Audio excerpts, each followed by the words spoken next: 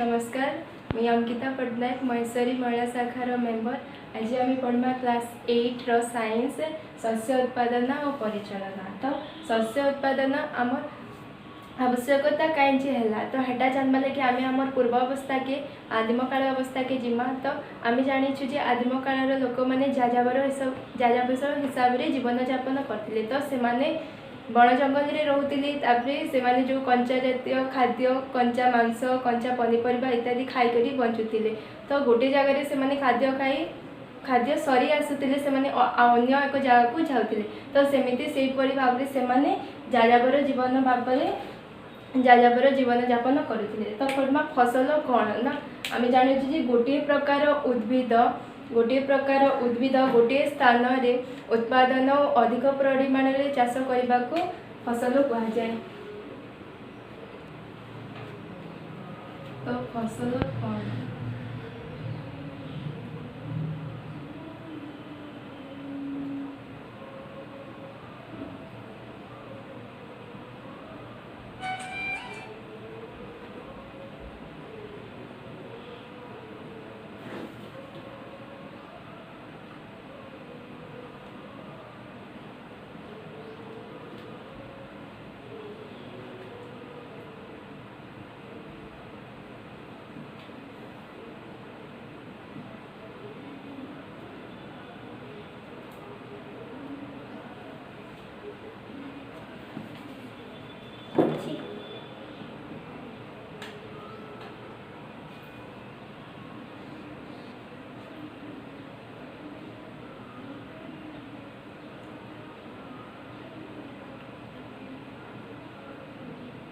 तो आम जान फसल कौन ना गोटे प्रकार उद्भिद गोटे स्थान में बहु परिमाण में चाष करने को फसल कहुए। तो आम जाचु फसल हूँ दुई प्रकार, गोटे हूँ खरीफ फसल आ गोटे हूँ रबी फसल। फसल हूँ दुई प्रकार, गोटे हूँ खरीफ फसल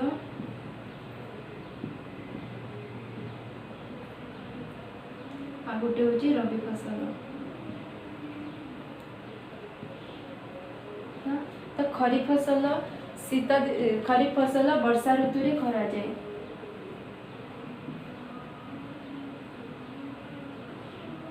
तो वर्षा ऋतु रे करा जाए। वर्षा ऋतु रे जून रु सेप्टेम्बर खरीफ फसल करा जाए। जून रु सेप्टेम्बर खरीफ फसल करा जाए। तो खरीफ फसल के चाष करा जाए ना धान कपा सोयाबीन चिनाबादाम कपा।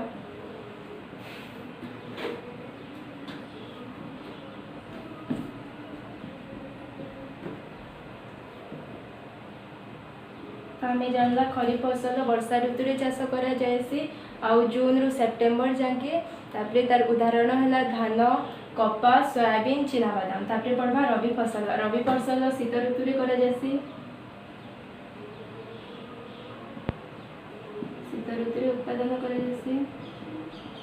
तो इटा हूँ अक्टोबर रु मार्च।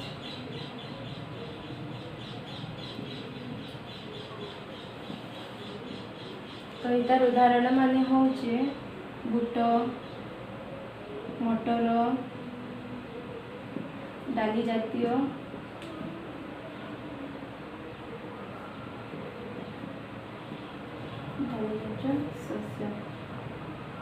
शस्य सब उदाहरण हो। तो एबे आम पढ़ला फसल को आगे कहुए फसल दुई प्रकार, गोटे हूँ खरीफ फसल गोटे हूँ रबी फसल। तापर आम पढ़मा फसल उत्पादन प्रणाली।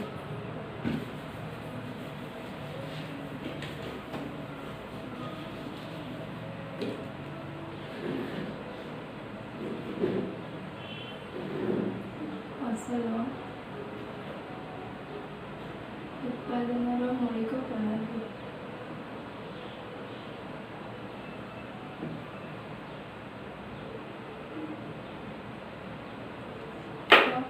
आम जाचु जे फसल आम जिते स्टार्टिंग करसु बा जिते आरंभ करसु तो आमके पहला कण माटी के उर्वर करवा के पड़सी। मूर्तिका के फर्स्ट उर्वर करासी। तो फसल उत्पादन मौलिक प्रणाली रे पहला है मूर्तिका प्रस्तुति। तो मूर्तिका प्रस्तुति आम केमता करबा ना आम हल और लंगल करी मूर्तिका के पहला फसफसिया करा जासी। तापरे फास्ट होची हमर मूर्तिका प्रस्तुति।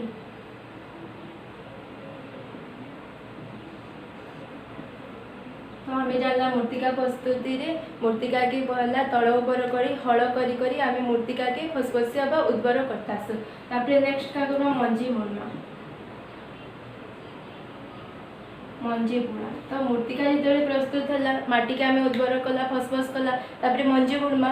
मंजी बुणला पर का करबा नेक्स्ट करबा मंजी बुणा पर होची खत खत सार प्रयोग। तो मंजी बुणला पर ताके खाद्य दमा कि नहीं तो खाद्य दमा आम कण खत और सार प्रयोग। तो खत और सार प्रयोग देला पर कण होचे ना आम ताके माटी की खत और सार प्रयोग कला खत सार प्रयोग कला पर माटी कण छोट छोट उद्भिद रे सृष्टि होची। तो छोट छोट उद्भिद जितेबले होची ताके आम जलसेचन करमा। जलसेचन तो 4 नंबर होची जलसेचन।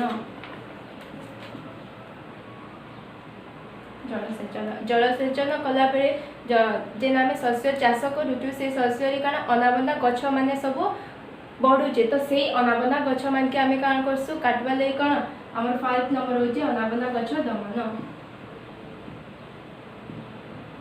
अनाबना गछ दमन तो आम क्या करसु अनाबना गछ के दमन कर सारा पर नेक्स्ट क्या करसु अमल करसु। 6 आमर प्रणाली होची अमल। तो जितेबले शस्य आम अमल करसु अमल कर सारे पर कण करसु संरक्षण करसु।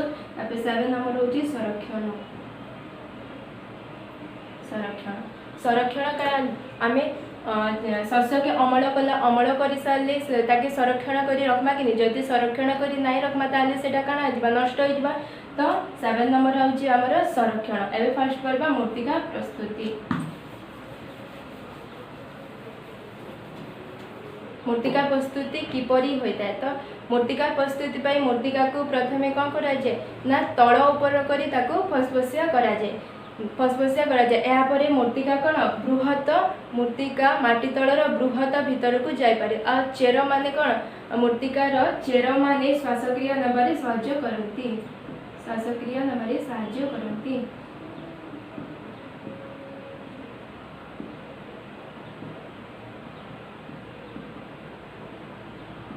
जितेबले आम मूर्तिका के जितेबले आम मूर्तिका के तल ऊपर करी करी माटी के हालुका करूँ बा फसफसिया करूँ सेतेबेले माटी का तो माटीर चेर माने ठीक बृहत बृहत माने निम्न को तल को जाई पारे आउ ठीक समय से कौन करे श्वासक्रिया करिबारे वृद्धि करता। तो मृत्तिका भितर चेर श्वासक्रिया करिबारे। तापरे नेक्स्ट पढ़बा आमे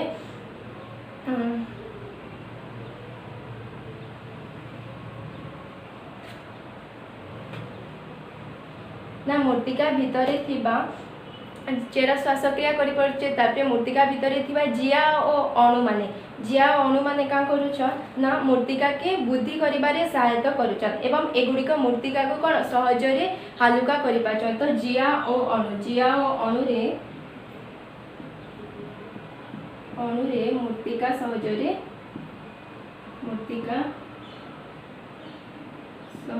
हालुका होई पाछी।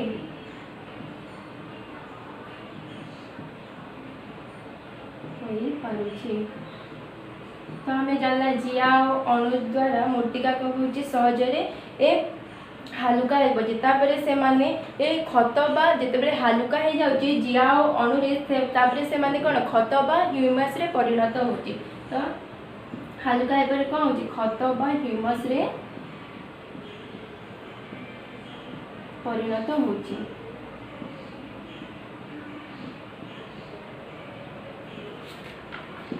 जानला तापरे पड़मा ह्यूमस कौन ह्यूमस क्या कहा जाए।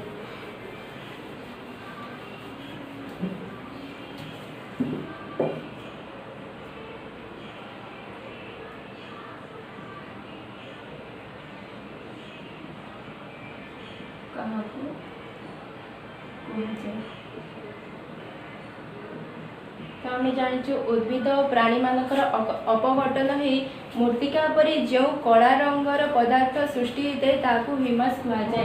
तो उद्भिद और प्राणी मानक उद्भिद और प्राणी अपघटन परे उद्भिद प्राणी मानक अपघटन परे मूर्तिका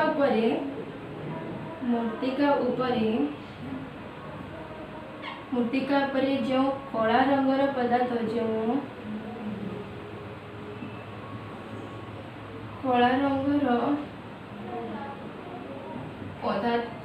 सृष्टि हुए ताहाको आमे कौन कहबा ताहाको आमे ह्यूमस कहबा ताहाको ह्यूमस कहा जाए।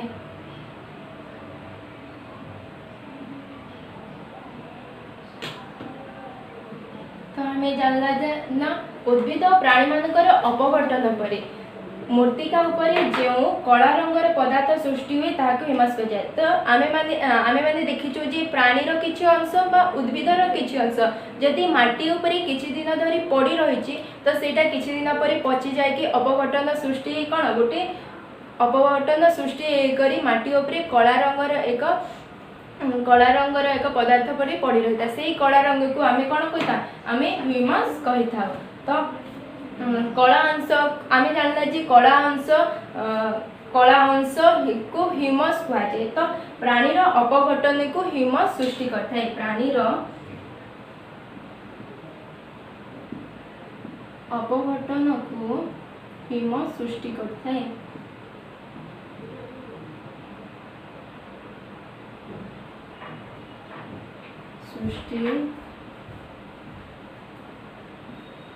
जितेबले प्राणी अपघटन होता है सेतेबले ह्यूमस कौन ह्यूमस सृष्टि होता है। प्राणी मान मैंने उद्भिदर किछि अंश आउ प्राणी मानकर किछि अंश जेतेबले माटी रे पड़िथिसी सेटा काना किछि दिन परे सेटा पचि जाय करी अपघटन सृष्टि होती जहा द्वारा सेटा अपघटन सृष्टि करी गोटे कला रंगर आकृति भागे माटी ऊपर पड़ी रहउची आ सेटा किछि दिन परे ह्यूमस रे सृष्टि होती। तो जिया ओ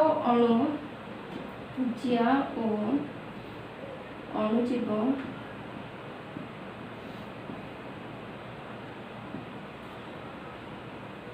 माने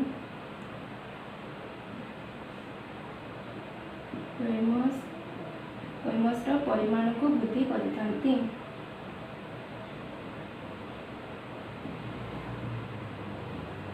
तो आमे जानना जिया और अणुजीव माने ह्यूमस परिमाण को कौन वृद्धि करथांते सेतिपई कृषक को कौन कहा जाए ना बंधु बोली कहा जाए। तापरे पढ़िमा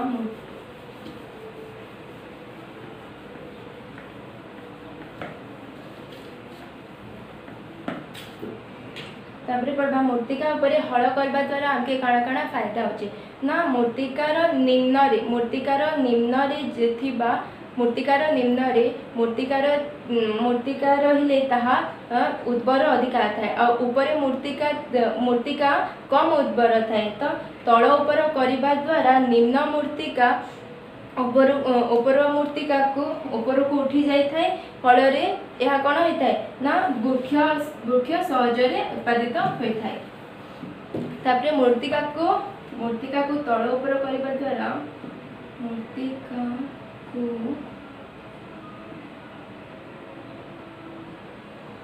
तळ ऊपर करिबा बा हल्का करिबा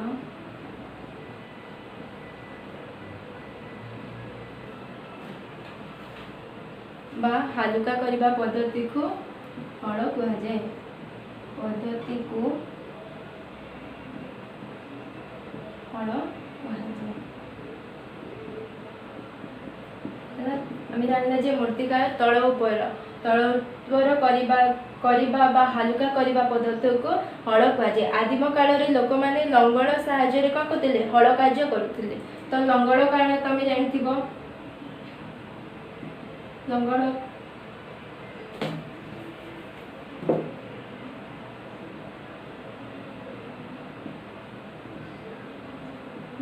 काना ना लंगड़ तमे देखिथि बहले भी मुई कहि दउचे ना लंगड़ होची काठरे तयारी बा काठरे तयारी यह त्रिभुज आकृतिर थाए जहाँफल त्रिभुज आकृतिर जेनटा थी से माटी भितर पशि थी हेटा कि आम कण करसु हल करूँ। तो कृषक मैंने जो अंशटी को धरी हल कर कृषक मैंने जेन अंशटी को धरिक हल करतीस ताकि आम क्या करसु कंठी कहतीसु। कृषक मैंने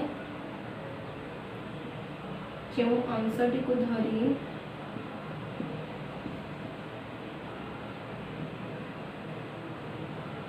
हल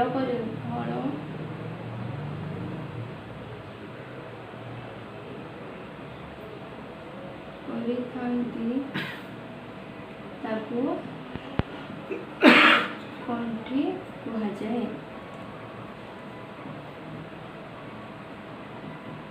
तापरे बलद पिठी उपरे जेन काठ रही जाए जेन हल करसु कृषक जेन धरी सी लुहार ताकि आम कंठी कहते तापरे बलद उपरे जेन काठ पड़ी सी ताकि आम क्या करसु ना जुआड़ी कहुए। बलद उपरे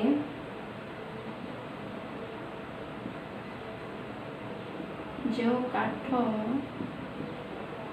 पड़ी थाए ताहाको जुआड़ी कहुए।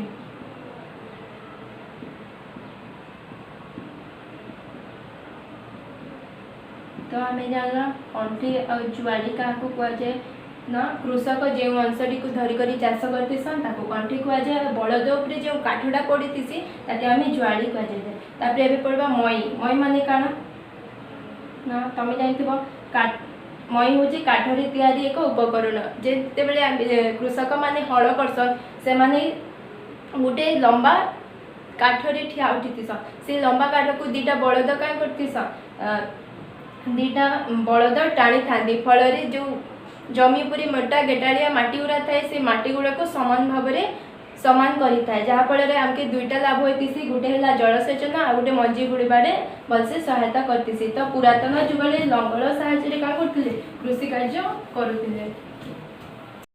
तो पुरातन जुगले लंगल क्या करते कृषि कार्य करुले किंतु वर्तमान जुगरे जनसंख्या अधिक होगा फल आम स्पीड रे चाष करवा लगी सब जंत्रपातिर व्यवहार करता आम क्या ट्रैक्टर एवं सब हल कर ट्रैक्टर जेन हल कर पछाड़े जेन जंत्र लगी ताकि आम क्या करसु कल्टिवेटर ना तापर कल्टिवेटर द्वारा क्या होची सहजरे हल हो पार्ची हल हवा द्वारा आमके कम खर्च भी हो पड़े और कम श्रमिक माने भी लगुच और बहुत जल्दी भी चाष हो पारुची। तो तापर पड़मा कोदाल ना कोदाल रे आमे काଣା काଣା यूज करसु ना कोदाल रे माटी को तो हल्का कर पारसु तापर अनाबना गछ को भी मध्य कोदाल द्वारा क्या करसु उपाड़ी दे पारसु। तापर नेक्स्ट क्लास से मंजी बुड़ीमा पड़मा।